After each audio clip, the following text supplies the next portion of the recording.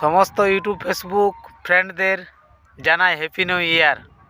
আর আজকে এই যে হাতে দেখছো থানকুনি পাতা, বুঝলে, যে কোনো পেটের রোগ, যতই বড় রোগ হোক, এই থানকুনি পাতাই রেহাই দেবে না, সব রোগ ঠিক করে দেবে।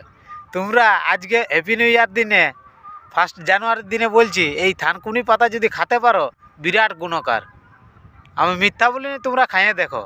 আর যদি তোমাদের ঘরে না থাকে তো আমাকে মোটামুটি 15-20 দিনের মধ্যে আমি তোমাদেরকে দিয়ে দেবো, যদি বলো।